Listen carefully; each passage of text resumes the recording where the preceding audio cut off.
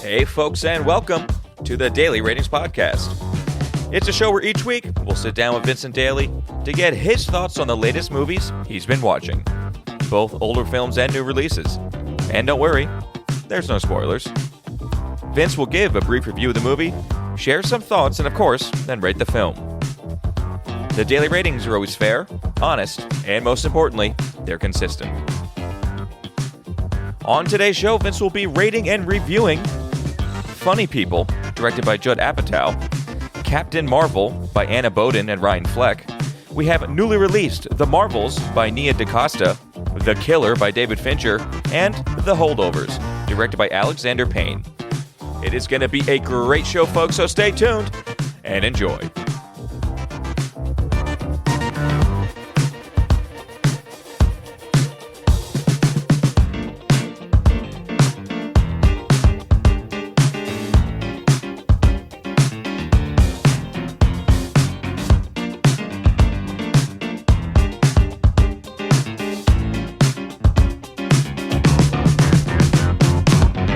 Mr. Vincent Daly, how we doing, buddy? Tom, how goes as it? I turn the music down, here we go. This is loud. How you doing over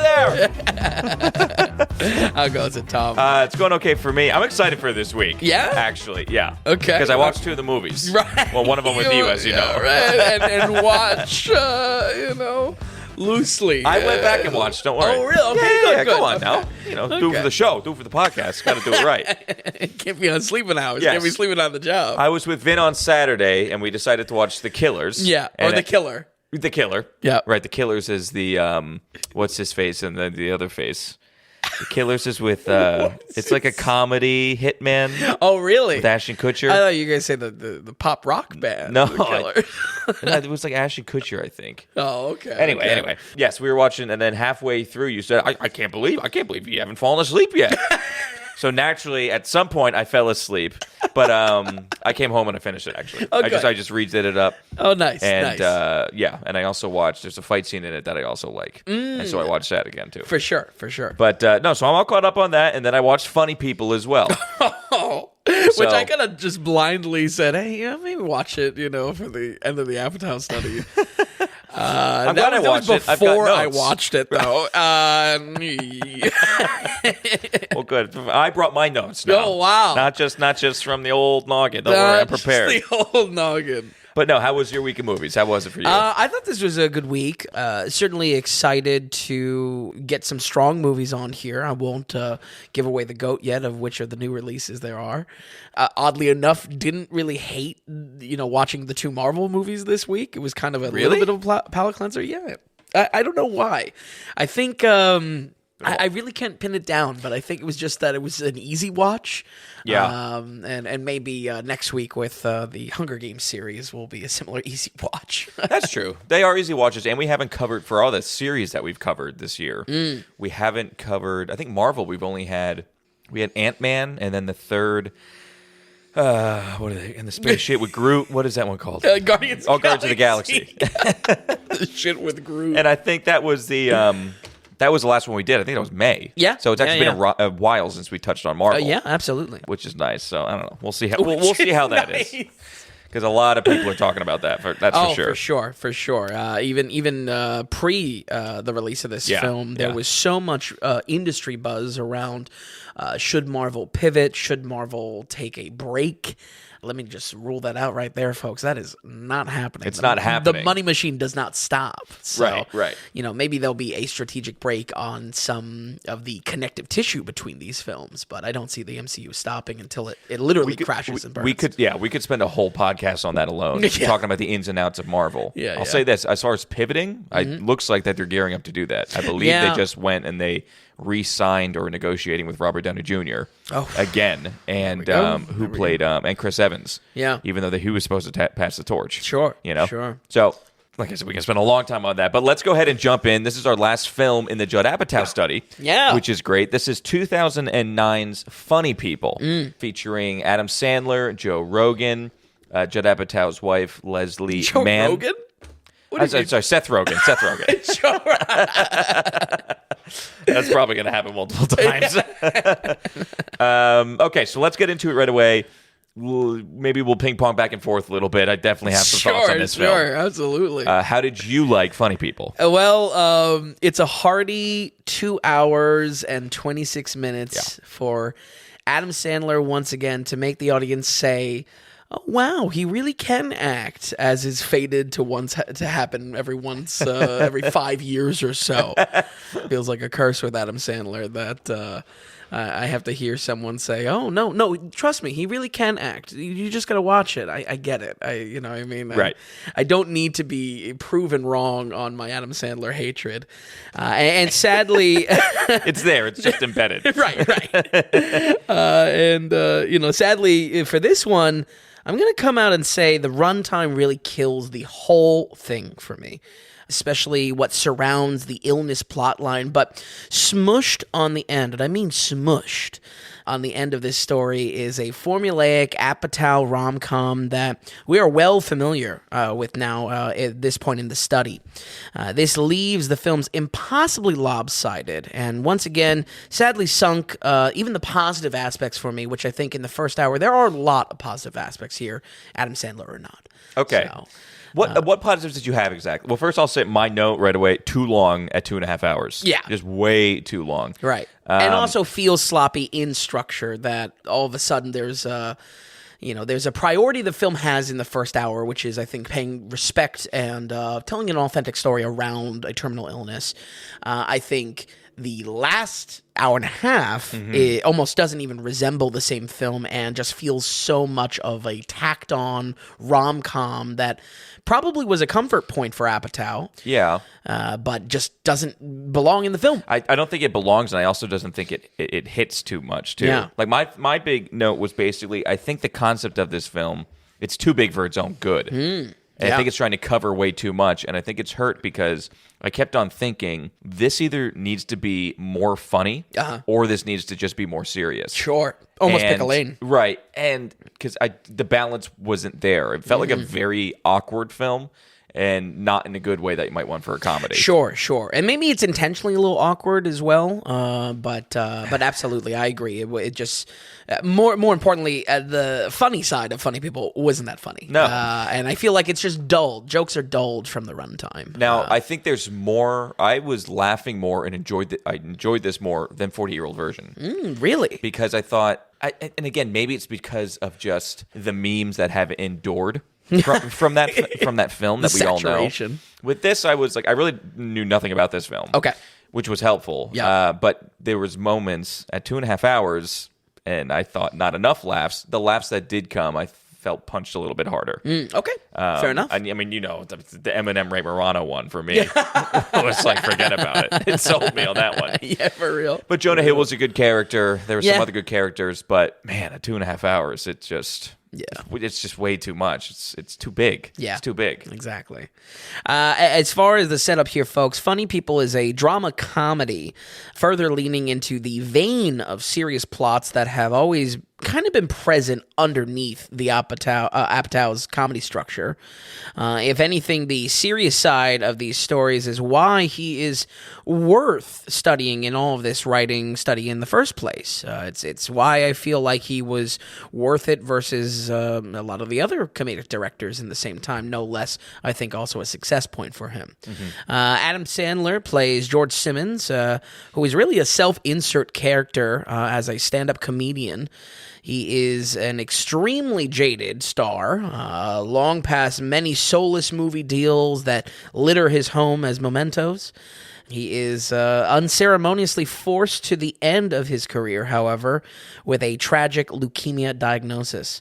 Gripping with this mortality, questions if that career maybe ended long ago. He takes a young stand-up wannabe played by Seth Rogen under his wing, mostly to act as an assistant and joke-writing slave. I don't know if these type of relationships exist for big comedians, that they just have a joke-writing slave or not. Yeah. The joke-writing staff in general. Yeah. Not so much. It's working in the whole secretary angle as well. Yeah. You know? Yeah. And the two of them spend the preceding weeks processing his sickness and ending his many famous and personal relationships. But within those personal relationships is a lost love with Leslie Mann, and is ultimately the target for where this story wants to go, a rom-com rehash, basically.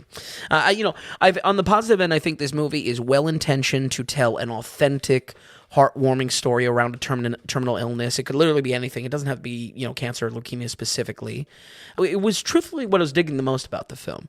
Okay. For lack of a better word, these scenes have they're deeply fulfilling to see and have a catharsis for Adam Sandler, who presumably we enjoy for watching this movie. But it's far from what the story prioritizes, because all along this is setting up Adam Sandler to be kind of a shitty love partner with one of his old flings. This pushes wonderful scenes to the back burner when you're looking at this film, hindsight 2020. And it comes off like the script didn't have the confidence to close on its own premise of a star regrets, or stardom regrets, right. and then facing mortality. Not only does this tacked on rom-com at the end feel tacked on, almost very obviously so, it kind of reeks of not having the confidence to close on what was going well and what I think was the strong point of the film. Yeah, it's almost like if you're watching the film, no one was asking it for that last hour, basically. Exactly. Because it really starts out as drama buddy comedy. Yeah, sure. And then shifts into drama rom-com. Yeah. Which are different things. Absolutely. Buddy comedy, and I don't know, love comedy is different. Mm-hmm. And I feel like the tone goes from something that, again, I enjoyed a lot, felt was authentic, trying to kind of tell a survivor story, if you will, and then just becomes same old for Apatow. And that's where I think disappointment is really where I kind of come to with Funny People. On a pure enjoyment level, Apatow and Sandler, I mean, they pull quite literally every famous person they could possibly get as a guest spot. This makes the praise I had for 40-year-old version, look like a baby, basically. Right. Very early on, I feel like this did secure a positive impression from me watching this film, because I think for any audience, one of these many guest spots are just going to hit, as with Ray Romano. Well, yeah. I mean, that ought to hit for anybody.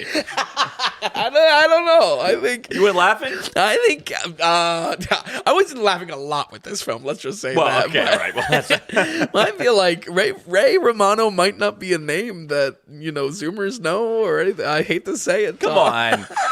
Listen. This is why. Where is he in Hollywood? He was so good in The Irishman. Here we go. The Irishman going up again. I was convinced he was going to get calls. The specter of the Irishman that will haunt every episode of Marty Scorsese. and Deborah.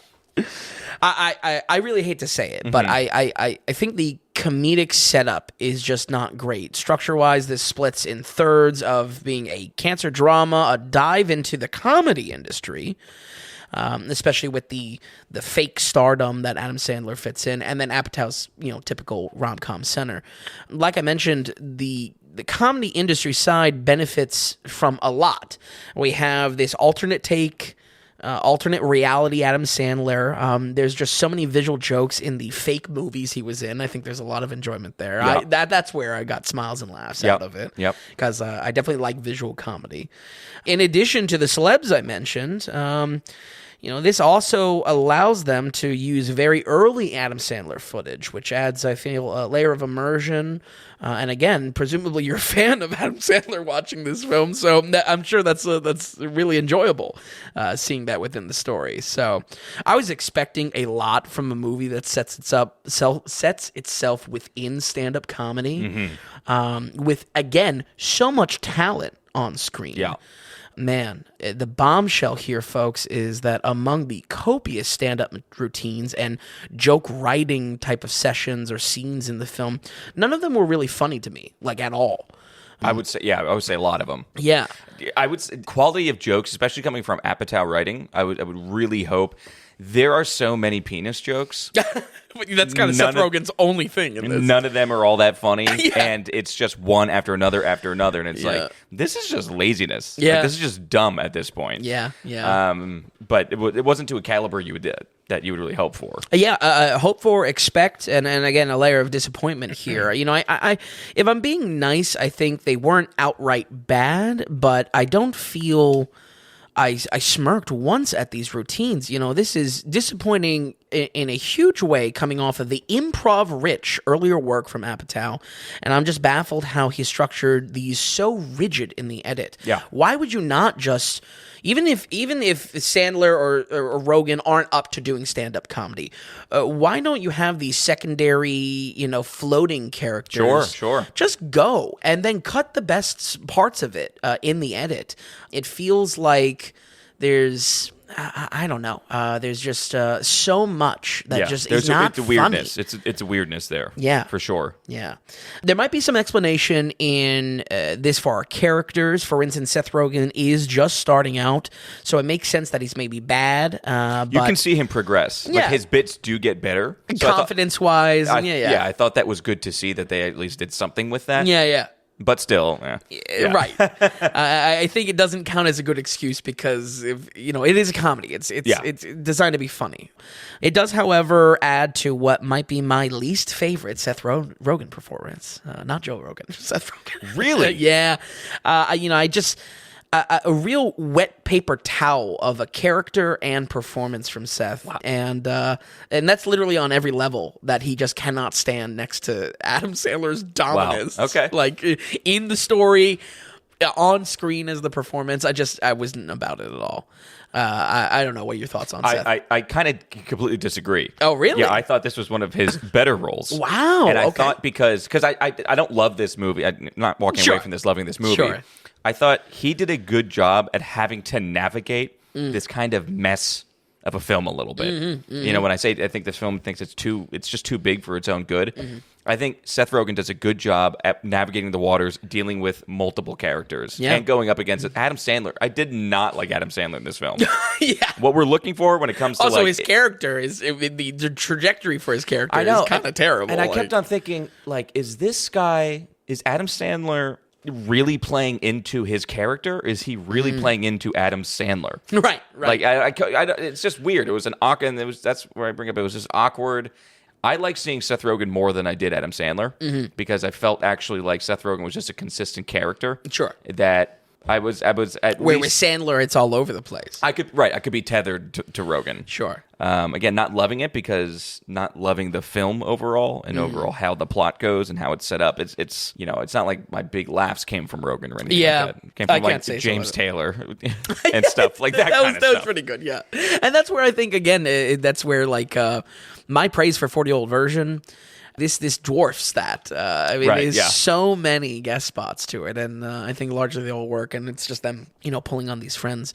I think on the bright side, we get a surprising performance from Leslie Mann, where she's just kind of, for at least me, effortlessly funny.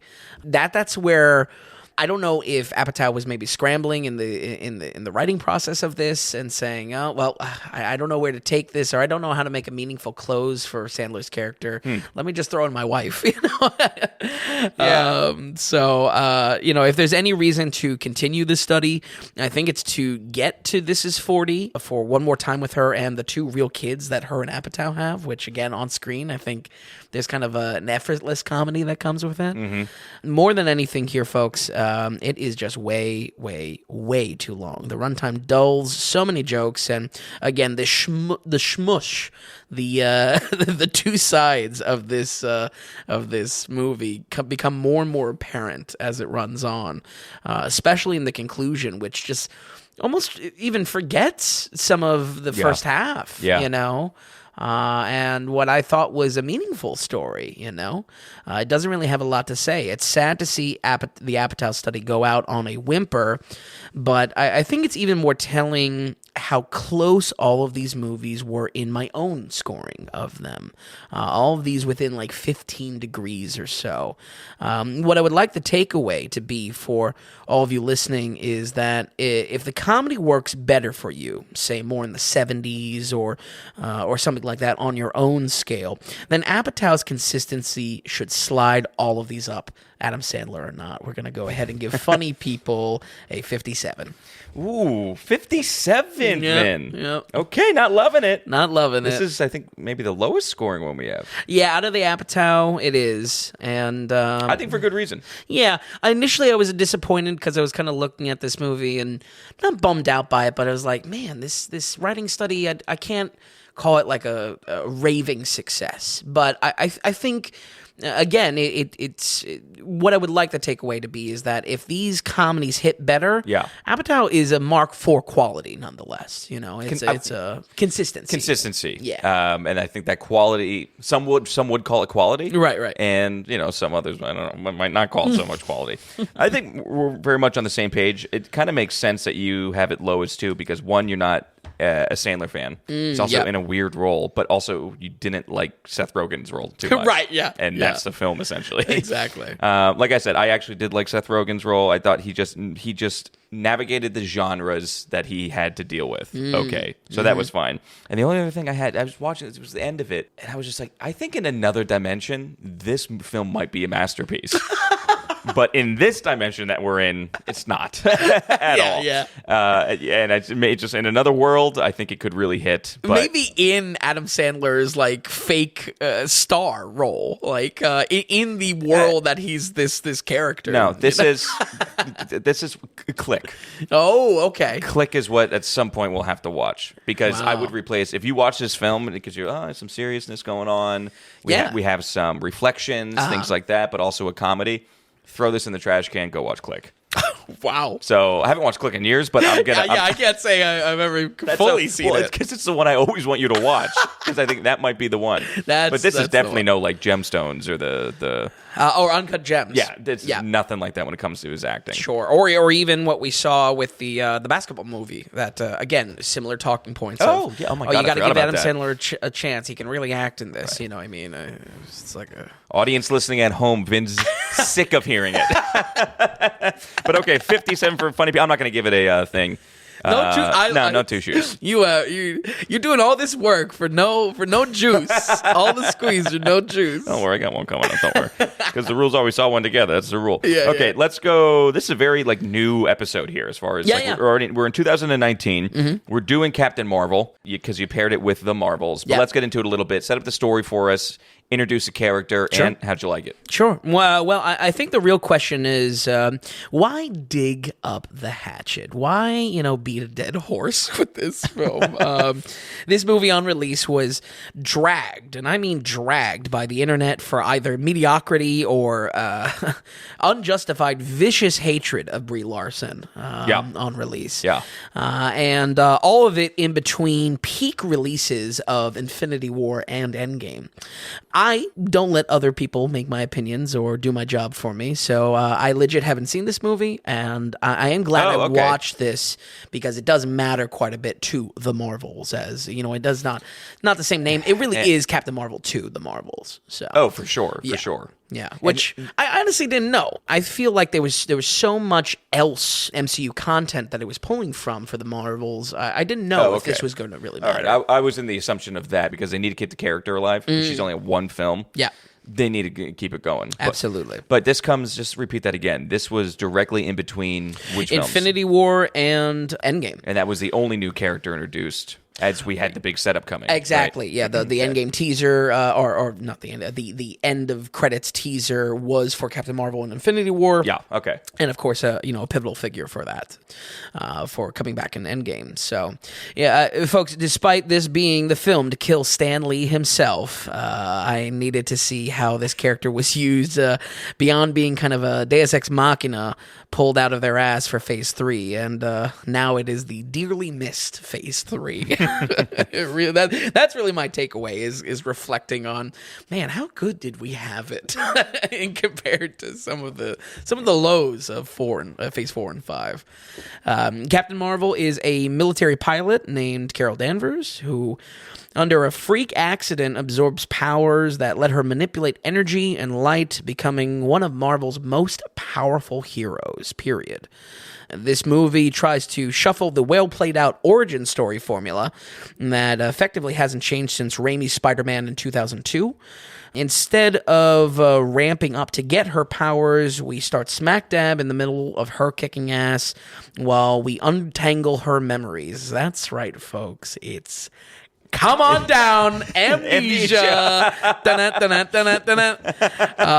Man. Really? Proper amnesia? Oh, proper amnesia. Okay. I mean, amnesia in the way that I was actually watching it and so numb to the amnesia plot point that I was like, oh yeah, she does have amnesia. It didn't even set in for me. That's how horse blinders were on with this plot trope. If you're new to the podcast, folks, you're establishing a lot of ground rules here. Amnesia is a bit of a bugaboo when it comes to Vin. Adam Sandler and amnesia, two things you don't want to see in an episode. Right? Yeah. I think last time we had it was in the racing movies. Man, I can't think of anything for shit this week. Fast and Furious. Fast and Furious, yeah. the racing movies. That's what we're going to call the 11th one. Oh, back to the racing movies. But I didn't realize that was a big plot point in this first one. Yeah, and it's a product of them trying to mix things up. I certainly can respect it being a little bit different or trying to shuffle things a little bit, but when your tool to get that done is something so cliche as amnesia, that's where I turn it off. Yep. So, admittedly, the story does have a fun sci-fi spin and plays with how information is revealed to us. Showing us the Star Force is a dive into space-themed Marvel stories, which previously were only handled by the Guardians of the Galaxy movies, or what did you say? Whatever those Groot movies are. There's a ship with Groot, Ship and Groot movies. A new subgenre. This movie also has slight sprinklings of espionage for its driving plot. Set up behind the scenes is the Kree versus the Skrull, two alien races in a Cold War where nothing is as it seems. The Skrull having a very powerful ability such as changeling powers to morph into anyone and memory diving technology to seal the deal on slipping into any planet. So, villain-wise, I think it's there. Sci-fi-wise, I think it's there. You getting Trekkie vibes at all from this? I wish more. Okay. I wish more, but I think it's. I was positive, at least on the sci-fi aspect, because the only sci-fi that we get in MCU otherwise are with the Guardians movies, and that's so defined by James Gunn's vision with that. So not bad by any means, but so specific to his style. Yeah. So the burden of Phase 3 is heavy. However, this again is positioned. I mean, it has to fit the lore. It has to kind of have a utility to it. Otherwise, people would have said, why bother at all? Why am I watching this off, tangent story when the end of the story is happening. And many a thread must be tied together. Stripping us from the fun space times, Captain Marvel must explore her own origins on Earth. This means the setting takes place in the 90s before most MCU events, giving us plenty of throwback characters, references, Easter eggs, you name it. Blockbuster, it's all over. You might think the de-aged Samuel Jackson is what upsets me most here. Wrong. It's the fact that we once again get fish out of water jokes, and it's like the same card that's being played since Thor 1. These fish out of water jokes. And a lot of other movies. Yeah, exactly. It's very, even though, is it fish out of water because of the amnesia? Fish out of water, yeah. Because she was born in the world, in Earth, right? She has amnesia, and it was after a freak accident. Right. Her short-term memory is being a space cop, basically. Right, okay. So it's just, I just find it so played. Been there, done that. It's exactly. so played out. Yeah. So, within the same type of notes of, hey, they may be trying some interesting things here to shuffle things up. The breath right after it is, but it's still the same jokes. Yeah, what I mean? The same result, the same experience. And if you have to show, I just so much want to be like, we get that you have new person, a new environment, or person, a new environment. That doesn't mean it needs to be the punchline. Yeah. We don't need to have them super competent at everything right away. Sure. Because if that's, suspends belief a little bit. But it doesn't need to be the punchline. Yeah. It could be more background, kind of. Yeah, for real. But yeah, unfortunately. Surprisingly, I don't think a lot of this is Brie Larson's fault. I'll get to what I think about her acting for the new one, but it's all in the writing here where this movie sucks and where these movies suck, unfortunately. They try to switch things up with Carol having slick banter with Agent Fury, and largely it just feels annoying or just lame.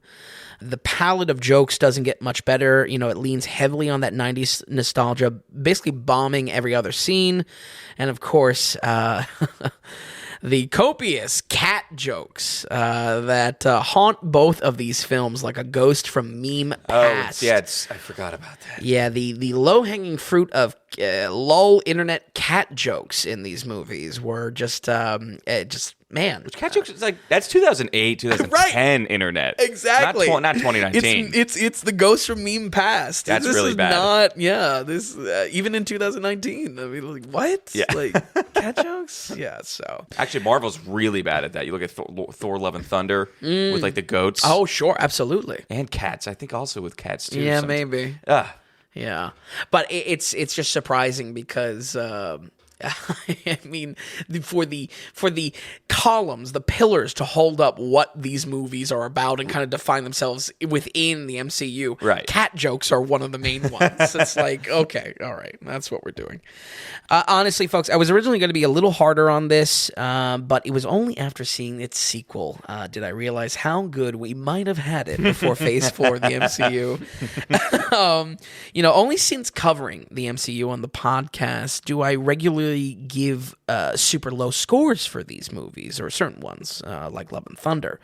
I was worried that might be because I had to look at these films differently, but this movie was an eye-opener, not for breaking mediocrity, but for, once again, how good we might have had it not too long ago. We're going to go ahead and give Captain Marvel 2019 a 54.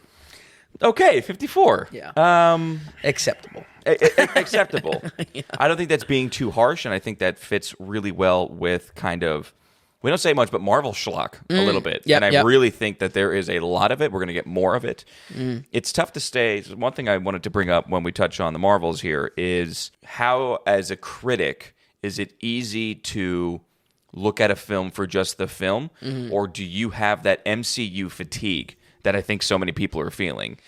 Because one thing with the Marvels is, obviously, it's not doing well. It's getting bad reviews. Yep. But that being said, what if this came out 4 years ago or 6 years ago?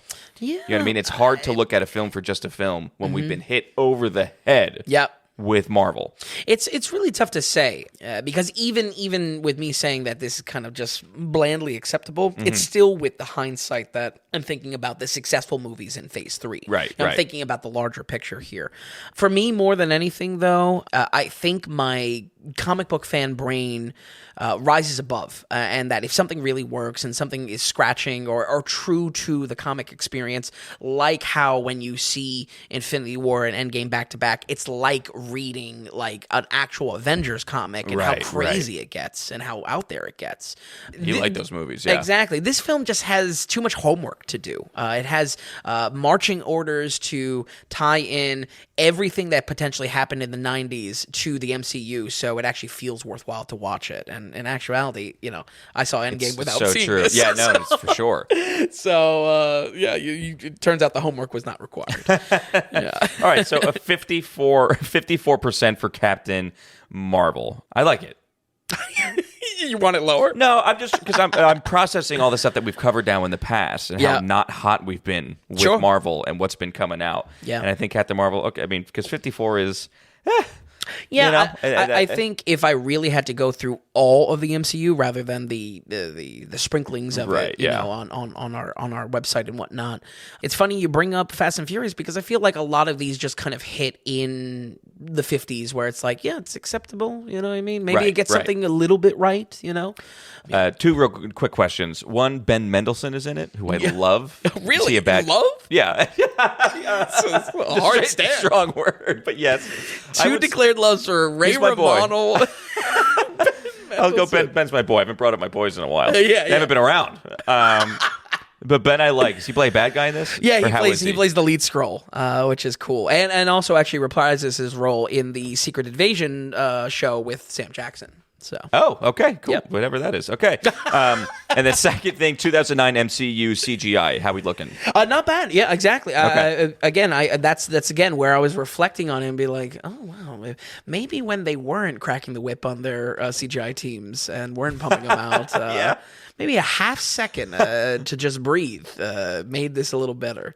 So Okay, cool. That's one of the comments. I think it was 1 or 2 weeks ago in the newsletter. I did a bit of a write up on the troubles that is MCU that's happening over there in Marvel. And one of the big things was because they have so many projects now, even though it seems like films might be coming a little bit slower, it's all the shows as well. Absolutely. And their in-house animation team is struggling to keep Buckled. up.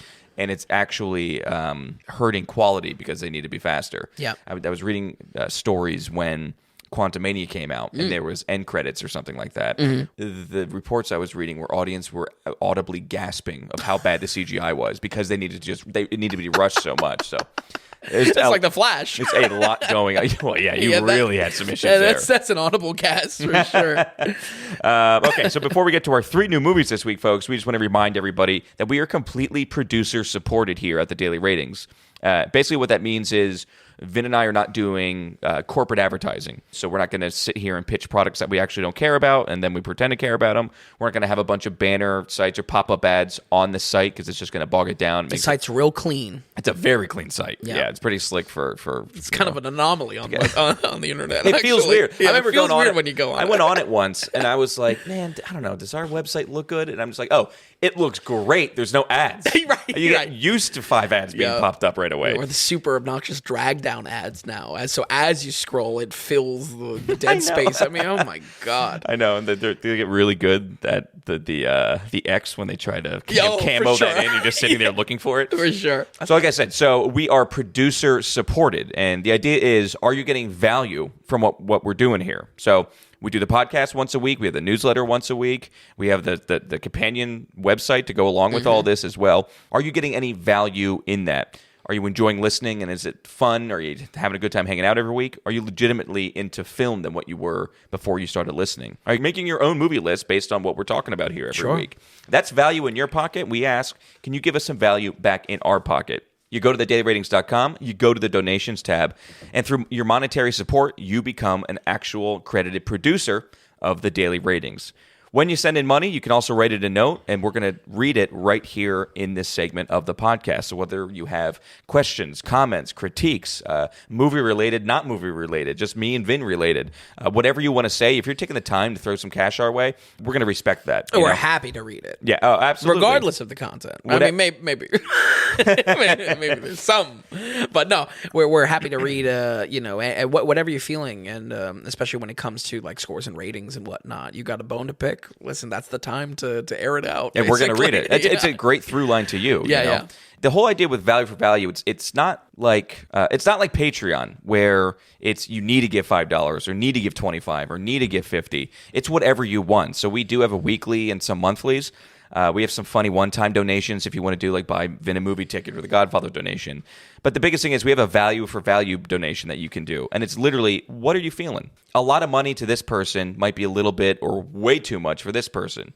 Everyone's different. Everyone's on their own, has their own finances going on. So anything that you could give us or willing to or whatever you're finding value, we appreciate it so much. There's no paywalls here or anything like that. It's all here for free. We just ask if you're enjoying it, if you can show us how much you're enjoying it. That's a value for value model. That's how you become a producer. It's at dailyratings.com. With the newsletter, by the way, if you want to sign up for it, it's at the bottom of the any page of the website. Put in your name, your email, and you're good to go. I'm expanding the newsletter, making it a little bit bigger. It's going to start coming out every other week is the big one. On the off weeks, then, you're still going to get what films Vin is going to be having coming up and also the weekend box office because people really like that segment. Oh, good. Excellent. So just to let you know, again, down at the bottom of the website if you want to sign up for that. That'll be the big one every other week. And then, but like I said, you'll still get the deets for the week of. So, all right, folks. So we're going to keep it going here, Vin. Let's go ahead and jump right away into the Marvels. There's so much news around this. I would say let's just jump into the film right away. Okay. How was it returning with this character? We have new characters coming in as well. How did you enjoy the Marvels? I think it had the opportunity to do something really unique and exciting, even.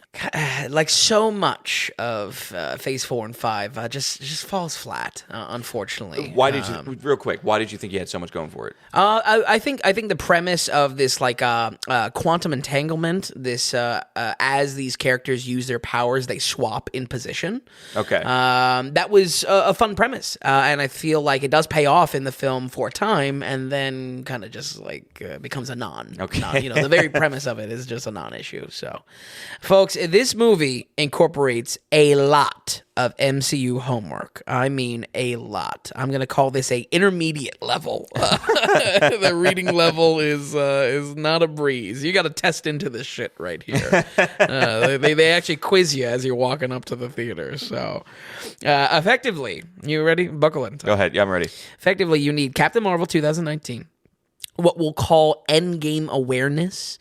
On the streaming front, you need WandaVision, Miss Marvel, of course, and finally Secret Invasion that just dropped.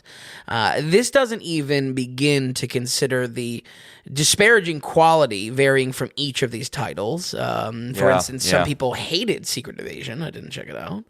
And anywhere in between. Not only does this have a tall MCU order, the worth itness of being caught up and read up isn't that rewarding anymore, despite more content than ever. I have to come clean and say I'm falling short of a fair amount of that homework there. I did not do my summer reading, especially streaming-wise, but I would like to revisit a superpower that I have. Let's go Wikipedia. What?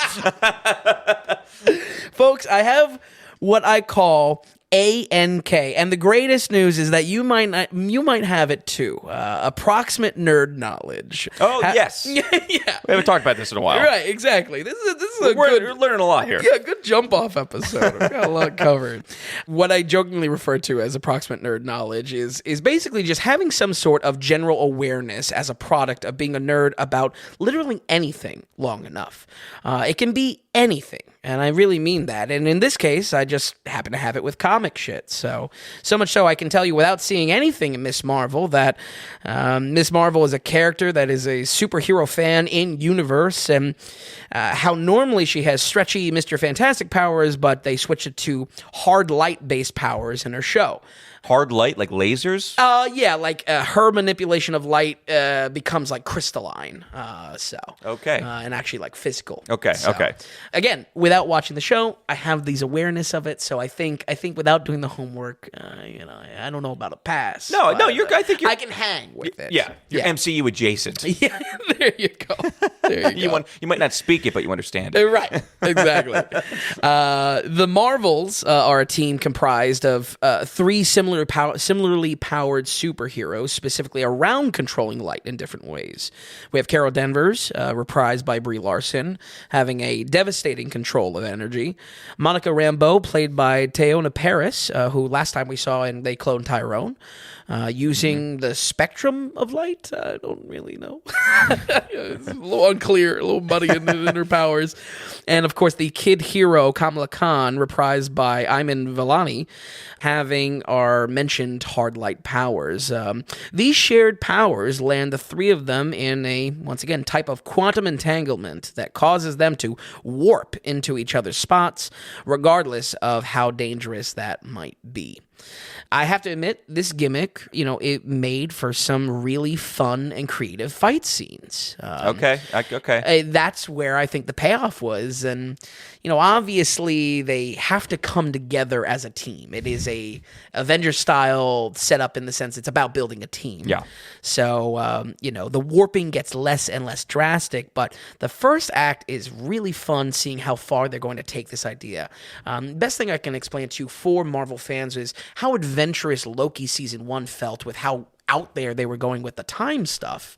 Here, it's like this warping. It's like you're watching for the first act or so, and I personally was saying to myself, wow, I'm kind of excited to see how far they're going to take this. Yeah. Without a doubt, the best moment of the film comes right as they are realizing what is happening, and we get a great fight scene in Kamala's domestic Jersey City house, which is pretty great. I was really surprised and pleasantly surprised by this. Okay, all right. So, for story reasons, there is a choice to replace Lashana Lynch with Teyonah Parris for the character Photon. This was something I was sad to see for multiple reasons, mainly because we saw Lashana Lynch play this role as a tease in Doctor Strange 2. And Lashana is a great actress. I really enjoyed her in the most recent Bond. I enjoyed her actually in Woman King, probably the main saving part of Woman King. She's got a cool vibe about her. Yeah, she really does. I don't think many will care, but it's important to keep something in mind, folks. The MCU has run dry, and like the real comics, we will see others fill the mantle of heroes that have been wrapped up. Between Multiverse of Madness, Loki, and especially the scandals with in real life with Jonathan Major, which... He's out. Yeah, exactly. I mean, it looks even promising legality-wise with whatever's going on there. He's out, though. It's too muddy. It's too murky. It's too muddy. Real quick, just to touch on that, I say just get another guy and keep Kang. Kang the Conqueror. Honestly. Yeah, I mean... He was in one film. Exactly. Like a little bit. Right. What happened to the days that Batman could be anyone, within, like, the Burton movies? Like, it's... Yeah, I mean, it's it's not ideal. I mean, I go... I'm sorry for this. I go straight from Major League 1 and Major League 2, where... I'm not read up on that either. Who plays... God, again, with the names today. Who's Blade... Oh, Wesley Snipes. Yeah, Wesley Snipes, who was in 1. They trade him for Omar. Oh, really? They trade him in for Omar Epps. Oh, that right there. I'm not watching. No, but he does a good job. Yeah, okay. Honestly, it's almost like you're watching Wesley Snipes again. Omar Epps does a good job. Yeah, okay. So do that with with Kang. Anyway, yeah, they're running dry. They're running dry. I feel like it's just this one where they flirted with these ideas before. Yeah. This one, they're leaning a little bit more deliberately into flexible actor slots, which I don't think is necessarily a bad thing. I would much rather flexible actor slots, someone to fill Iron Man, someone to fill Captain America, as they're kind of doing already, without re-signing these actors. I feel like tying it to the actors, it's an old-fashioned way of thinking. I feel like that choice shows how much they're scrambling to go back to more of like an 80s style, like, oh, we need this lead star. It's the IP. It's always been the IP with comics. I get that, but I feel like since this 2008 taking over, Disney taking over of Marvel, the characters are the actors are the characters at this point. Yeah. I think when we finish up this phase 5 or 7, whatever we're at, after we have our last kind of Avengers film, when there naturally needs to be a reboot, a rebranding, that's when I think mix it up a little bit. Sure. I think right now where Marvel at is, it's way too much characters are the actors and the actors are the characters still. But I don't know. No, is that just me? Or? I think the proof of that is in that if they are really positioning, bringing back Robert Downey Jr. I think they're hopeless. Exactly. But in a world where everything's all good, in my opinion, I think you need to get through this, wait for reboots, and then when you're starting fresh, start with a fresh batch of characters. Sure. That's where my head goes to right away. Yeah. I think I agree with that. It's more so, who knows how it's going to play out. I know, it's a shit show. Yeah, it really is. So, normally we don't talk about, casting decisions this much, but I feel like, again, this film makes a conscious decision towards it. And I think it really is on the horizon a lot with this. Sadly, that is about all the nice things I have to say about this. And though I might not spend as much time on it, the movie is peppered with bad qualities that are almost too many to list. I'll touch on the villain, who is baffling, a rehash of the bad guy in Guardians 1. I think Ronan was his name. I thought it was one of the weakest threats I have seen in one of these movies in a while. Oh, really? Visually, conceptually, action-wise, performance. I mean, like... just everything. Yeah. Correct me if I'm wrong. Brie Larson's character of Captain Marvel isn't like the big problem people have with her. It's just like she is the most powerful thing. She's super powerful. She's like a Superman level, right, top of the top for sure. I would assume that I would just assume they were going to throw in like a big baddie reaching into the comics. Right. And honestly, I don't know Captain Marvel lore enough to say what is her main villain. Yeah. But it's definitely not whoever. I mean, if you held a gun to my head, I could not tell you the name of this villain, and probably might let you kill me just in the sense that I do not want to watch this movie again. Worst of all, she is visually just a brute on screen.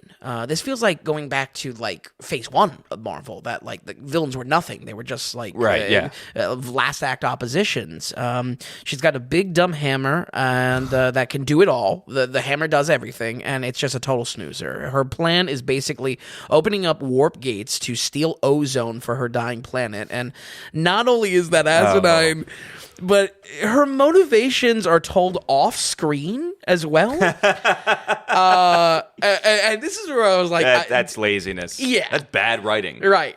And believe me, I needed to make sure. This is where I was like, I did not want to miss anything like this. Sure, if I didn't watch Captain Marvel 1, that there's a story that is set up in Captain Marvel, the trajectory of it, and it's basically told in like a little montage, and it's like so weak. Yeah, two problems with that. One, you got to build backstory because we got to care and understand the motives of the bad guy. That's one. Two, be careful with portals. Mm-hmm. I'll never forget Conan O'Brien talking about the first Avengers movie or something like that, and he like walked out and he was like, I don't do portals. Really? Because once when you do portals, what are the rules to the game? Because now anything can happen. Like it's off the rails completely. Interesting. That's a pretty early jumping off point for Conan. As far as Avengers 1. There's also massive detours in the plot that really feel confusing moment to moment of what's going on. Moment to moment, I was really saying to myself, like, what? Like, wait, what's happening? This is different than the usual MCU formulaic critique, which I suppose could be applauded, but instead we get a kitchen sink of ideas and jokes. You know, something really is missing in the literacy of this story. This is beyond anything with the MCU homework. Out of the 3 goddamn writers on this, I think, believe it or not, they needed another set of eyes just to read over it and be like, hey, does this make sense? It's not. That's not surprising at all. Yeah. Without a doubt, these detours are shown in an entire subplot around cat jokes, feeling just as dated, if not more.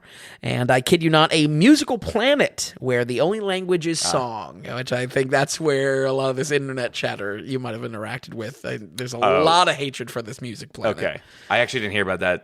There was a lot of other hate, too, out there. Okay, sure. It's funny because I don't know. I can imagine that the writing team is... I don't want to let anybody off here. I can only assume that the writing team is really bad. Yeah. But from my understanding as well, Kevin Feige and his like upper echelons, the team, were so disappointed with the final product that he did some serious post-editing stuff. Oh, really? Yeah, and that's very him. The project will be completed. He'll go in and make it how he wants almost. Interesting. And there was a lot with this one. Yeah. They were just like, apparently the original product not good. I almost want to say I want to see that, because what strikes a nerve with me is that, again, the idea for Ant-Man 1 was Edgar Wright doing an Ant-Man heist film. Oh my god, yeah. So that guy's long gone. Right. That energy. Yeah. I guess this director, she did. I think she had something involvement in the Candyman remake. Okay. That came out of I don't know if it was Blumhouse or not, but I heard decent things. What is your take on the whole, especially with this film, the whole like MCU? Turning everything into feminine heroes. Right. Was this a box checking film?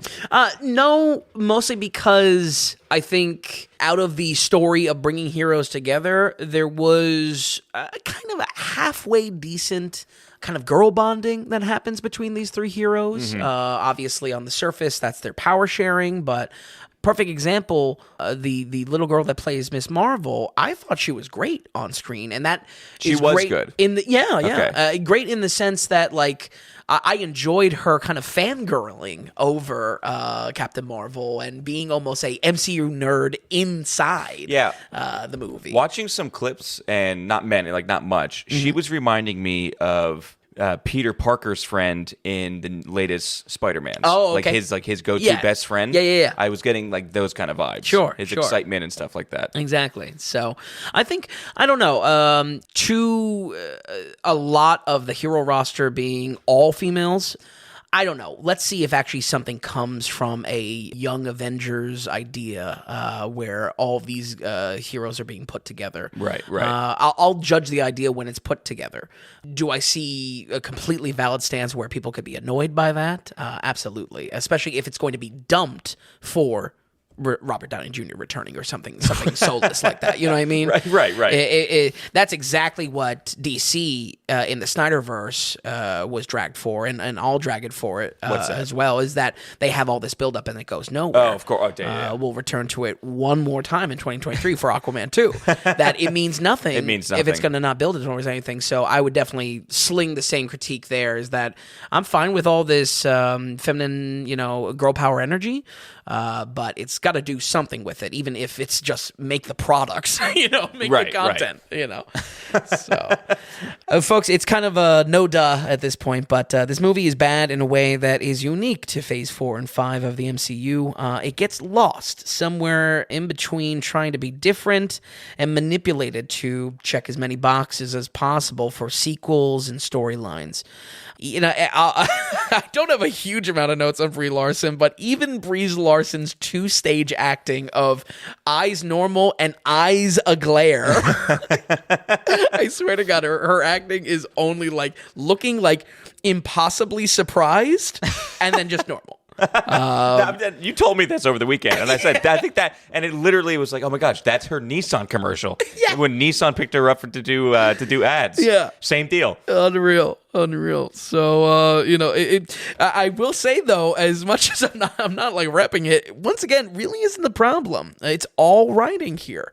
And it's further frustrated when characters like Kamala Khan and her family work on screen. Some people online are calling this worse than the previous floor for the MCU, which was the atrocity of Thor: Love and Thunder.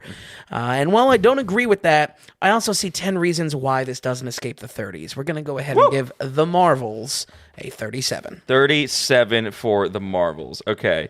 And the funny thing about Brie Larson is... Like, even I don't really like her much as an actress, but I don't actively hate her role in things. Oh, right. Like, for instance, you're not irrational like a good portion of the internet is with her. Like my biggest attacking her feet and whatnot. Like it's unreal. Because I absolutely hate, like, my latest absolute hate film is the King Kong or King Kong Skull Island. Yes, Kong Skull Island, and she's in it. But I can't say it's because of her acting. That everything about that film is literally hot trash.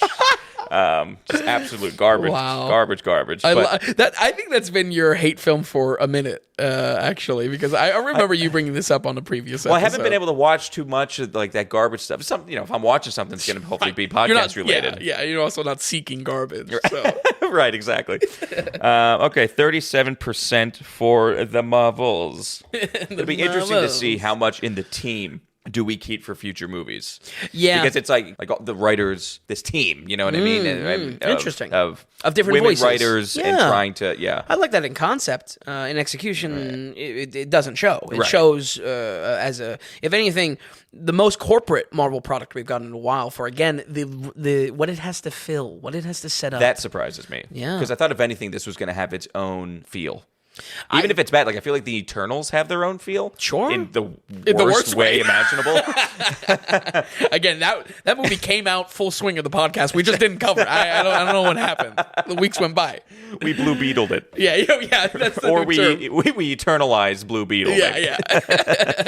Okay, 37% for The Marvels, Vin. Let's keep it going. This is Netflix new release. It's kind of a heavy hitter, even though it's not really like a big theater push, because it's David Fincher. Yeah. And it's David Fincher's The Killer. This is the one we watched together. Let's kind of get into it right away. You want to set it up, and we'll run with it. How was The Killer? Sure. Well, actually, I have a question I want to toss to you on this one. So, Obviously, I feel like it's perfectly fine to say that this is legitimately a little bit of a boring movie. Intentionally so. It's intentionally trying to be very methodical and method-driven in how it plays out. On the second rewatch, or on the revised rewatch. Yeah.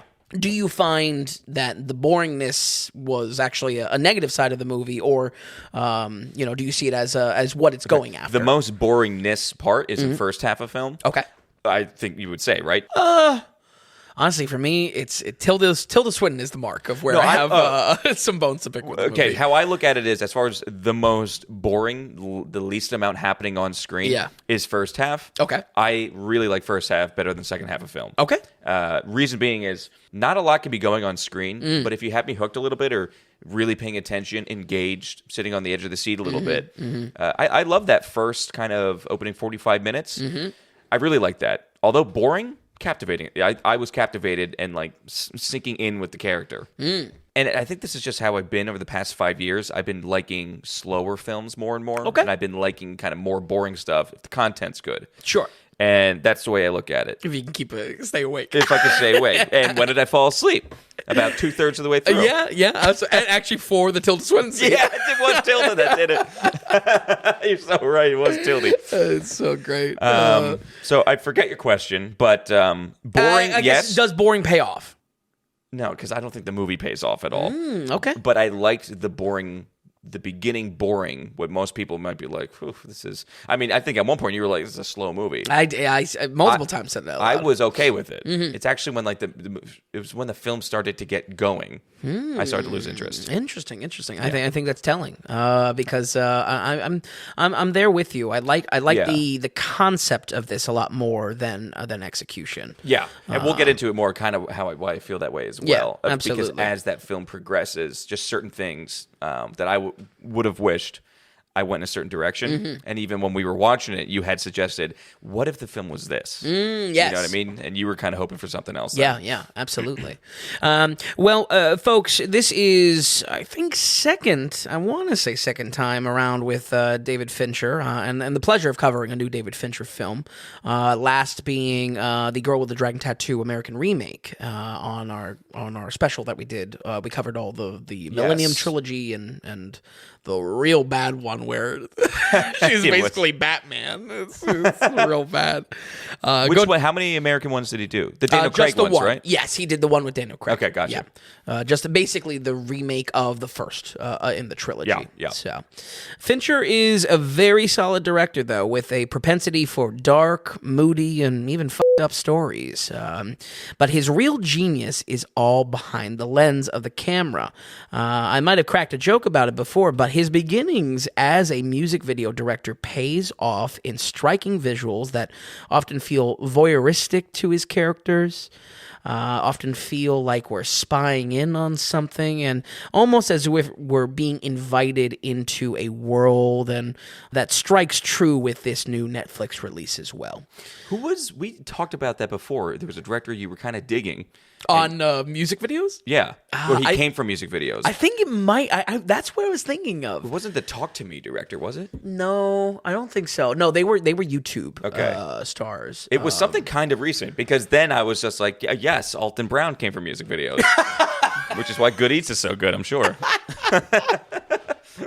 Actually, long ago, producer Jeremy, he's gonna have some bones about that. With what's that? with Alton Brown, he despises. I love Alton. I love Alton. the in-fridge shot goes down in cinematic history. Oh man, visuals and concepts though have amazing execution here. Apparently, Fincher has been wanting to make this film for more than a decade. I think in the best scenes of this film, it shows why his movies are nearly all worth your time, just to kind of visually and how dark they are.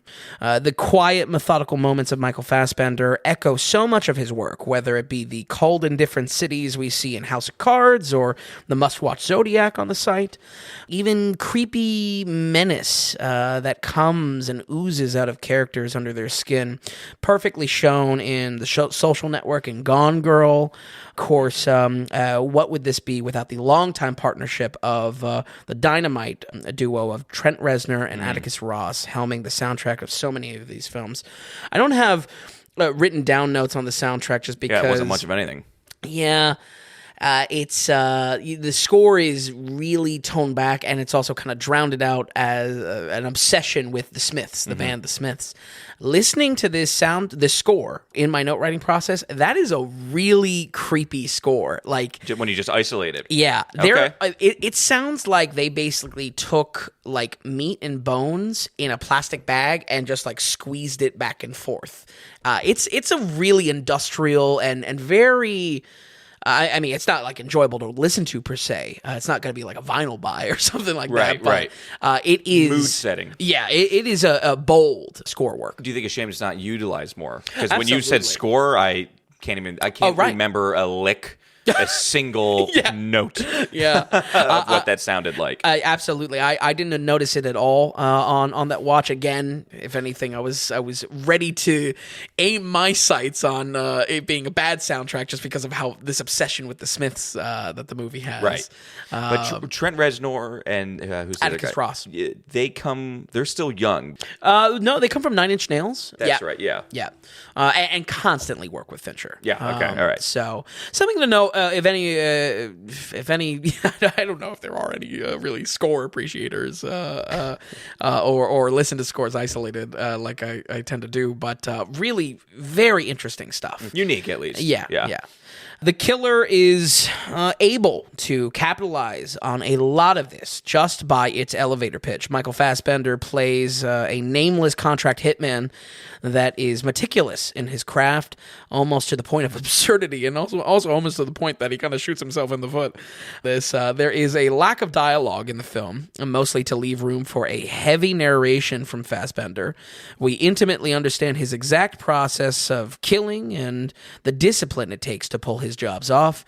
This internal narrative is cynical, filled with random statistics, and most importantly, consistent over every scene. I mean, this is really, if you're not digging this narration, guess what? It's the whole ride.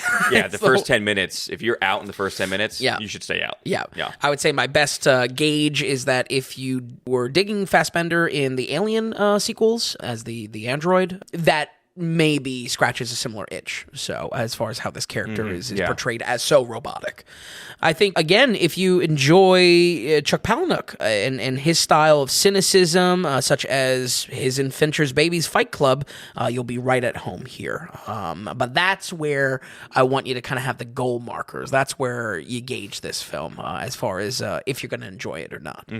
Predictably, the opening hit goes wrong. The killer hunts down the handful involved with this in a revenge-style story structure, which that's where I feel like it kind of let me down a little bit. This revenge story structure felt underwhelming for how unique the film feels at first and how bold the film feels at first.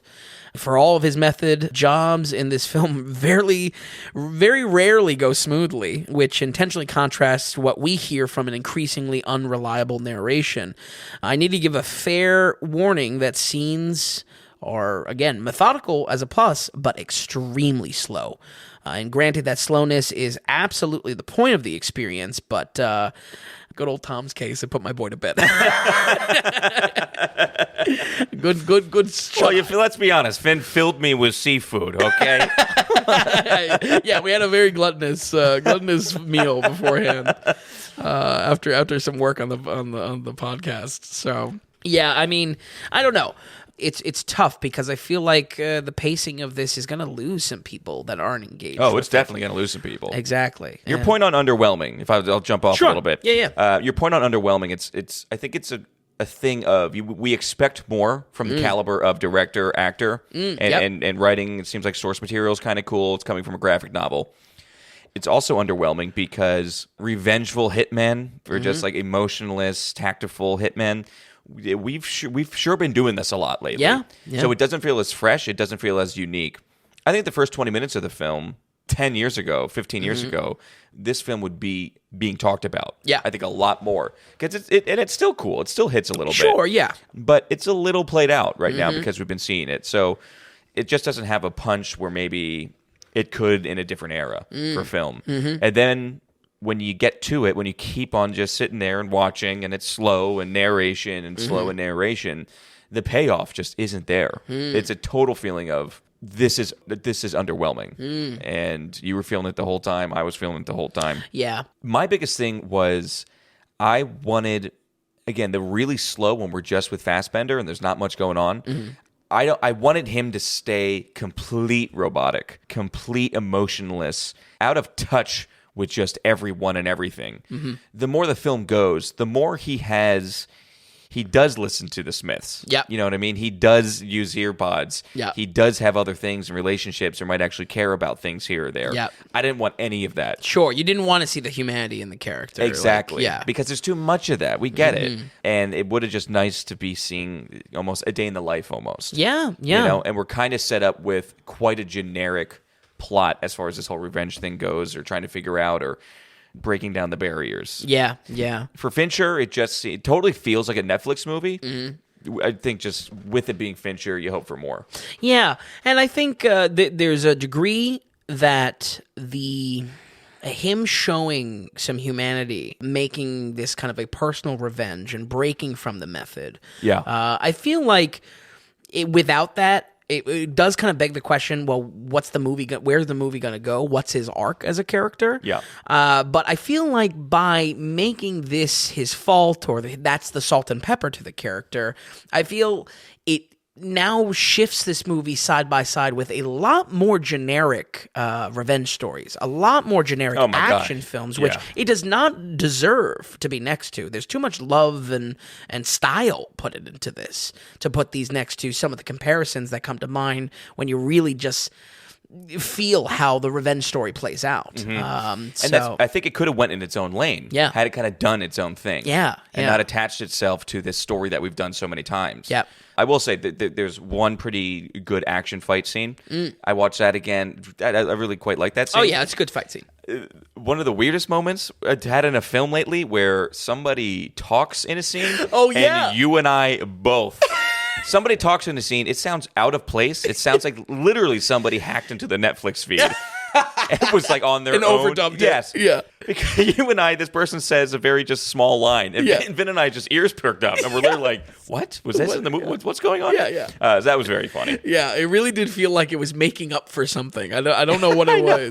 The guy that Fassbender is fighting, what does he even say? He's just... Are you the guy from Costa Rica? Or something like that. But it doesn't sound like the guy should be exhausted. Big thug was like expecting his Airbnb host. Right. He sounds like a nerd. He doesn't sound out of breath. Fun fact, by the way, the guy he gets into a big fight with, he played Sauron in the original Lord of the Rings. No way! Yeah. Oh, I mean, I guess he's got the stature. That's huge. But yeah, just... Yeah, that's that. We can leave that there. But, it is a sign, But overall, I just think because we set up a character in a certain way, it just could have picked a different lane and it'd be a little bit more fresh. Yeah. While I was watching this, I couldn't help but look at this and see its... basically in concept, slow pacing in exchange for atmosphere. And think of something from Nicholas Winding Refn, like 2011's Drive. That it's a lot of style, it doesn't really have a lot of substance to it. And I feel like this costs the film a lot of what I feel is weak about it, which is in supporting characters, which is in writing a little bit. Writing and story here is where I feel the film is at its weakest, and I honestly question why we needed 3 writers on this at all, no less being it based off of the graphic novel, no less one of the writers being the guy that wrote Seven, so reuniting with Fincher. Oh, really? Yeah. So the credits had 3 people writing. Yeah. One of them was the graphic novel. Yep. Okay. One of them was the illustrator for the graphic novel. Oh, so there's really really? only one guy doing the screenplay, and that's the Seven guy. Okay, all right, then that's my bad. Right. But still not delivering as far as like a Seven delivers.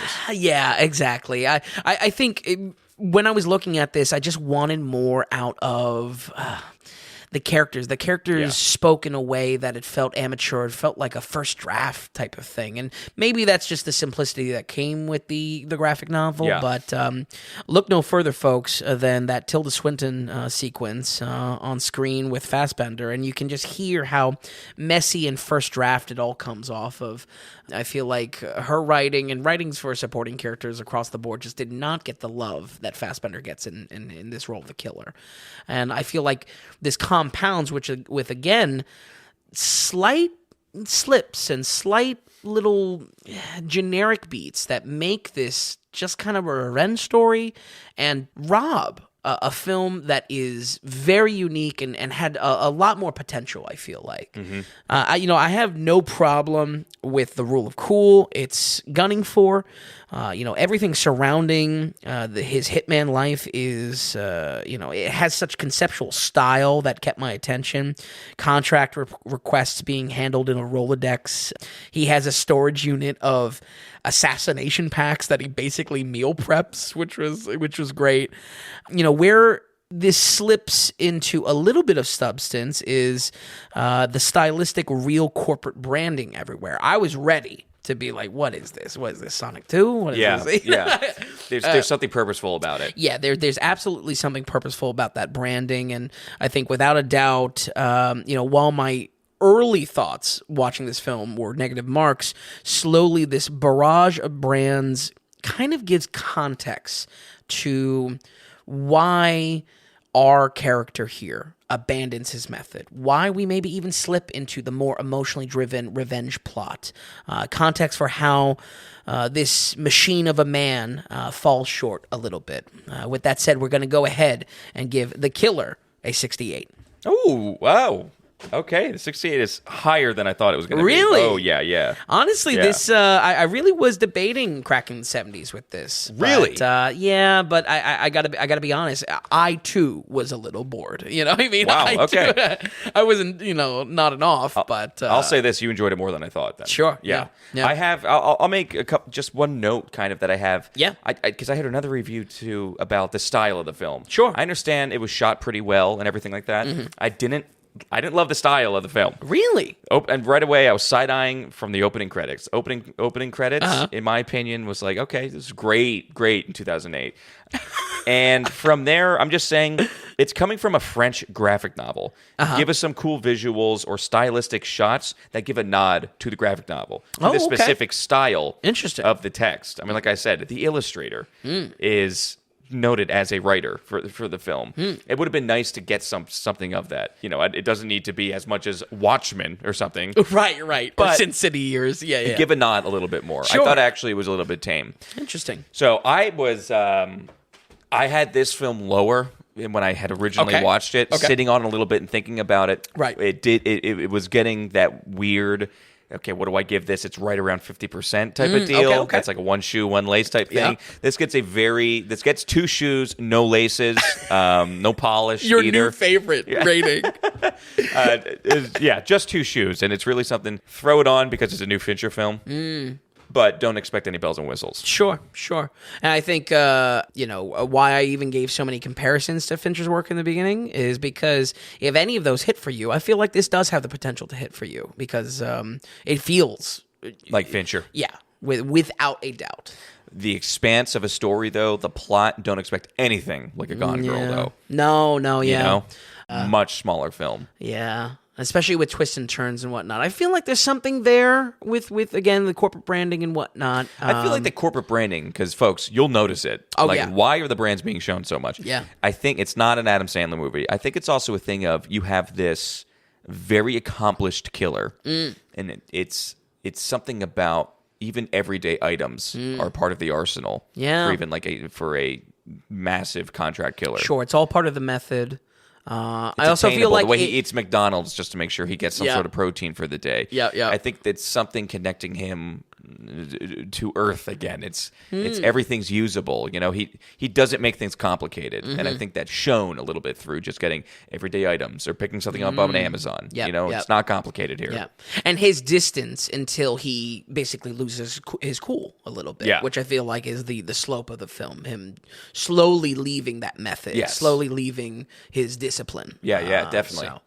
So, real quick on the Tilda Swinton too. Yeah. You had a big bugaboo with her in the film a little bit. She tells a story. Yeah. Right? And not only did you think the story was overwhelming, doing research on the film, apparently that same story, like that badass, we're gonna do a little dialogue here. That same story was just used in like The Crown. No way. One of the biggest shows on Netflix. Wow. They didn't like pull it directly from the graphic novel. I doubt expected it's a some of the generic story. Yeah. You're right. I was just watching that. I was just like, this feels like a college script, I mean, it's almost trying to be too cool. The cool kind of failed in a way at that point. Yeah. That's the most. I think that's the most anyone will or ever need to spend on this film. I think our conversation was just more interesting than the film itself. Are you the Costa Rican? I mean, it was so out of place. I gotta watch it again. I can't believe we actually I didn't go back and rewind it. It was really our jarring. ears perked up. We looked at each. We did a triple take. Alrighty, folks. Let's go on to our last film here. Running long. I don't know. We are running long today. Yeah, this is good. I'm not sure if a lot of people know about this. It's not. It's It isn't supposed to be a big blockbuster hit. Yeah, no. It's in more limited theaters, but this is coming from a very big indie director and one who's known for his quality of work, his quality of script writing as well. Yeah. This film is called The Holdovers. It has one of our favorite Paul Giamatti's in it. Yeah. It's 2 hours and 13 minutes, so it's a little bit lengthy from him. We've definitely covered Alexander Payne before, but it's Alexander Payne's The Holdovers. Vin, how'd you enjoy it? Well, I gotta say, this definitely gets the crown for this week, and I really didn't think it was gonna have anything to it. I thought it was gonna be just kind of blandly acceptable. This had one of the oddest trailers I've seen in a while, spitting in the face of, I guess, what I'll title the dramatic rock song trend that has taken over every single trailer. I mean, they're going to run out of pop and rock songs to cinematically, Hans Zimmer-fy for the trailers here. And my interest peaked only because I saw it was directed by Alexander Payne, a name I first encountered on the podcast with you all, with the great wino movie Sideways. I don't know if wino is a slur or not, but it's what's in the notes. Here we have a reuniting with Paul Giamatti as well, so it really did seem ripe to cover for the episode, and boy, was I happy I did, because I think this was such a good film, such a great film, that it really just gets a blanket recommendation from me. Oh, I feel fantastic. like this works for everyone, but not like in a way that is just like, oh, it's inoffensive. It really works for what it's going for, and a really great movie, one of the strongest of the year. For sure. Before we get into it, I'll touch on the trailer a little bit. I felt like it was a very safe trailer, although it was a bit long, because it's trying to be like this retro '70s thing, which bleeds a little bit. But I was okay with it. I felt like it was almost a Paul Thomas Anderson trailer. Sure, he's giving you something, but don't worry, he's not giving you the whole thing at all. Yeah, and I like that. I've done some research on Alexander Payne since you've done Sideways. Oh yeah, and I really have respect for the guy. He really cares about his work. Oh, that's great. It seems like he's very good at it, and he has a feel for his material and who should be portraying it as well. Like when you look at the list of some people he was thinking about for Sideways, and then when the actors he ended up going with, no one would make bets on those actors. And yet it was nominated for Oscars, and the screenplay is very well high regarded. And it's kind of got this huge cult following behind it. So I was happy to see him once again with Paul Giamatti going after it. And I knew it was going to be something probably special. Yeah, especially if he's doing this kind of reuniting thing. Well, then absolutely, for you specifically, make time to watch this. Obviously the distribution of it is a little slim. I forget if we commented on it already, but similar to Dream Scenario, which we mentioned as another good trailer. Closest theater was like 50 miles away. So hopefully the Holdovers stay. It's in about 780 theaters right now. Okay. So hopefully there's one someone within a half an hour of you. But I think that's going to start to shrink pretty quick. Yeah. So, but absolutely worth checking out, coming to streaming, and again, a full blanket recommendation, folks. This is a story set in an old school Christian boys' academy, boarding school, however you want to word it, where the many students are sharp as a tack mentally, but could not be farther from worrying about their grades as Christmas break looms over them. The holdovers in this are 5 unlucky boys, with the newcomer actor Dominic Sessa as the standout, Paul Giamatti playing an uptight history professor, and Divine Joy Randolph running the cafeteria. I cannot praise these 3 main acting performances enough. So much was layered into their characters that was, again, so enjoyable to unpack in an equally realistic and dramatic way. I feel like as far as screenplays goes, and as far as actors capturing those screenplays and bringing it to life, this is dynamite. Okay. Really great. A lot how you felt about Sideways then. Yeah. I want to make a distinction too, because I didn't do that. The Holdovers is not written by him. By Alexander Payne. Yeah, exactly. And I don't think he is a writer-director normally. I don't have his work off the top of my head. He's a little all over the place. Yeah. Sometimes he does, sometimes he doesn't. Exactly. For instance, he wrote I Now Pronounce You Chuck and Larry, I believe. Which, you know. And folks, we would like to announce the next comedy writing study. Yeah. So as far as these 3 main focal points, though, despite each of them having a glare of regret, having to spend the holidays with each other, all of them are flawed in some way, and again, add to such enjoyment to actually unpacking these characters. Giamatti is a loner, shut in, and stuck impossibly far into his own head. This is kind of flared into how he deals with that loneliness. Maybe he drinks a little bit too much. Dominic Sessa is a sharp-witted young boy, but gets into trouble and seemingly is abandoned by his mother, by the action speaking louder than words, on him being one of the holdovers. And Divine is grieving over her son passing away in the war, but won't let anyone even relatively close to ease her pain. Even beyond our main 3, all characters in this have just such wonderful depth explored in these days stuck together. It is the type of film that you walk away from not only feeling good because it's trying to tell somewhat of an optimistic story, but enriched by it because of how much depth there were in literally every character on screen. I don't feel like anyone is a token character and a stereotype. Most importantly, the depth there is worth your time.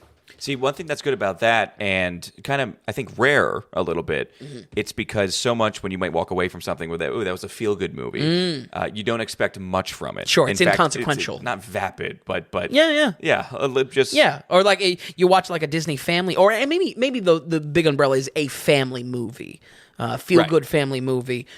That isn't something that is usually quality, associated with it. Right. It's not overwhelmingly engaging. You don't have depth. You're not, usually the characters or actors are not as thought out like you would from a great drama or something like that. Sure. But that's great that coming away from this, it's not only a feel-good film, but it's a feel-good because of the depth of the characters, like you Absolutely. just said. That's cool. Absolutely. And I think on that note, this setup as a, heavy Christmas spin, it might not sound too different than your average holiday family film, but in execution shines much, much brighter, and shocked me how good it was. Much like we covered with 2004 Sideways, the script refuses to hold back any intellect. If only with Giamatti's character, this has a deep academic spin to the film, shown in dialogue, but also how highbrow some jokes are. An early note I had as a negative mark was that if there was going to be an eye roll of characters being so in academia and so kind of highbrow, that would mirror the experience of the film of the viewer of the film, that they would be rolling their eyes at some of the script glazing work. over a little bit. Exactly, that would be too like, all right, who's this for? It's for professors or something like that. Luckily, that is not the case here, as the film is just so witty and smart in unexpected ways, and again, much like Sideways, is smart enough to poke fun at itself in its own intellect. It's actually something, returning back to Sideways in that review, is something I wish I stressed a little bit more, because for how as much of a aficionado type of spin to the film there is, it is kind of self-deprecating, oddly enough. Oh, big time, yeah. Yeah, it's trying to kind of make a joke about how ridiculous all of this is, and very similarly, we have a good similar concept. Let's see here. audience in on it. Exactly. Yeah. I think this is best showed in how the puzzles of their lives unfold, which avoids tacky camp or cliche that could so easily slip this experience into a schmaltzy throwaway Christmas movie. Just another Christmas movie, where until this point, I would not describe this as a Christmas movie. This is something, unique and stand out for that reason. It's not defined by, its setting or anything like that. Okay. I'm glad the 70s throwback style was more than just having a fun time in the time period. Turns out the trailer was more telling than I thought. Not only does this fuel a wandering but not lost folky soundtrack that would be appropriate for the 70s, it does play into substance in the story as well. And I don't want to go into too much for spoilers there, but it's for me, scratching an itch that I always want style to be paired with substance. This wasn't just being set in the 70s for the sake of it. Okay. Above all, folks, performances are why this is a watch. Giamatti and, as well, Randolph are both pretty great in this. Especially them together, their banter as, just two polar opposites, walks of life, is what makes moments in this film actually feel very breezy and snappy as far as dialogue back and forth, the volley of them back and forth. But all, and I mean all, of the praise goes to Dominic Sessa as a first-time acting role for this kid. And really? Is downright excellent. I was stunned. I looked at the IMDb just to make sure again and again. He has no other credits to his name. I don't know, maybe if it was in Broadway or something like that. Amazing. Such a good performance on so many levels. And his delivery of the script, again, his ability to take an already real sharp screenplay and do more with it is flawless. How old is the character? Is he portraying? He's supposed to be portraying like a definitely high school age, but I feel like the character said at one point that they were held back a little bit. Again, they're a misfit type of thing. That good. I'd love hearing that. Yeah. Right away, I'm excited. He was great. Do you think this is, I don't know why the PTA is on my mind when it comes to this film a little bit, but what do you think about Philip Seymour Hoffman's kid? It's surprising we haven't seen him in anything else. Right. I don't know. But he was dynamite in Licorice Pizza. Yeah. I think, if anything, one of the best parts with Licorice Pizza, here, Sessa's on a whole nother level. Really? This is Oscar nom all the way. Already like a very competitive year. This would be a snub that I would actually be upset about. Is he supporting? Or that's main? Tough to say. Okay. I would argue main. I feel like there's a very easy way to see this as an ensemble cast, and all three are leads. So semantics as far as how what category he gets nominated. He needs to get some sort of recognition though, because this performance cannot be slept on. It's amazing. If he was nominated for Best Supporting, his chances of winning would skyrocket probably. Yeah. One, because he's not going up against a Leo or De Niro, and Murphy. I'm struggling for Murphy. Cillian Murphy. Yes, exactly. But the biggest thing is if they're shared that much on time. We talked about this on Killers. Yep. When you have that much screen time, and considered supporting. Sure. But I can't wait to see this. Yeah, I just think the fact that he's able to keep up with all the witty intellect that Payne has to offer, no less stands out as the best among these other actors. That's crazy. Paul Giamatti is a heavy hitter. Exactly. So, again, it might be bold to say in such a competition-heavy year that he deserves to win, per se. I think that's very hard to say, but absolutely deserves some sort of nomination or recognition because, again, this is a first first-time role, and I can't wait to see him in Cool. whatever comes next. So, Well, I hope he gets a call. So I hope he's not yeah. Well, Ray Romano. I hope he's not Ray Romano. I think Ray Romano's got enough calls. He in needs his more. career. I don't want to see Ice Age 5 or 6. I thought you were going to. Too many. Oh, that's a good 5 spot. Yeah, there it is. Always thinking of ideas. I thought you were going to say like Philip Seymour Hoffman's kid, because he's clearly not. No, Ray Romano. But yeah, folks, a seriously good movie, top to bottom. I could go honestly on and on about little choices in the edit and the cinematography, but on a long episode already, I think it's actually best to experience how it helps the story unfold. It's not just concept, it's execution. And like I opened up with, a blanket recommendation from me for one of the strongest films of the year. We're going to go ahead and give The Holdovers an 82. Wow. 82% for The Holdovers. Real good. And Christmas movie. Yeah, exactly. Which is awesome. Yeah, you absolutely. finally liked all the we had that 5 Christmas movies last The year. action movie special, We yeah. were just waiting for this one. 82% for The Holdovers. So we talked about it. It's hopefully this coming weekend. It's still in a theater near you. Yeah. After that, I think it might be dropping off. But maybe that's the best thing, because it is very much a Christmas movie. Maybe by the time it hits streaming, that's ripe for actually watching it within season. I feel like they might be timing it for that. Yeah. You know what I mean? A quick theater run and then quick to streaming. Sure. know? Which, for what it's worth, I don't even know if the Oscars have those qualifications that it has to be in theater or anything like that anymore. But yeah, Oscars, 2 weeks in theaters. Okay, it's still there. Okay. Yeah. Okay. Yeah, because this is not a big streaming thing. So, for instance, even like Killers of the Flower Moon, make sure it's in theaters.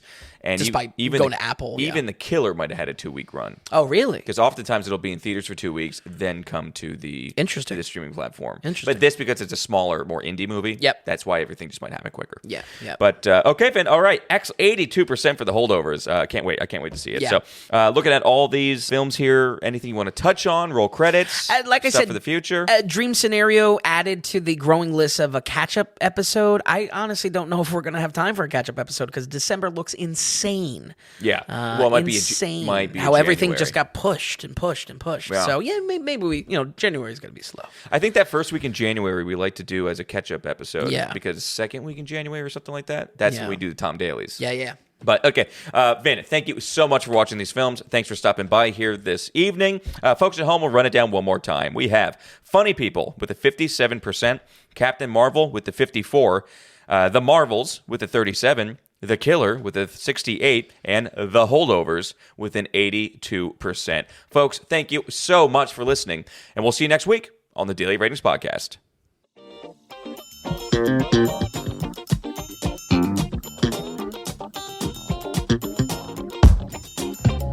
Hey, if you enjoyed the podcast, if you would, give us a good rating or tell a friend about us.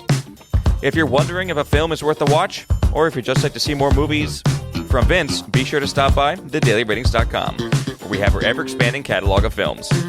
Also, if you found value in the podcast or our site, become a producer and go to the donations tab on thedailyratings.com. You can donate whatever amount of value you feel you received from us. We're looking to build this into something large and great, folks, but we want to be independent from those corporate sponsors. So we greatly appreciate any support from you all. So thanks so much, and we'll see you next time on the Daily Ratings Podcast.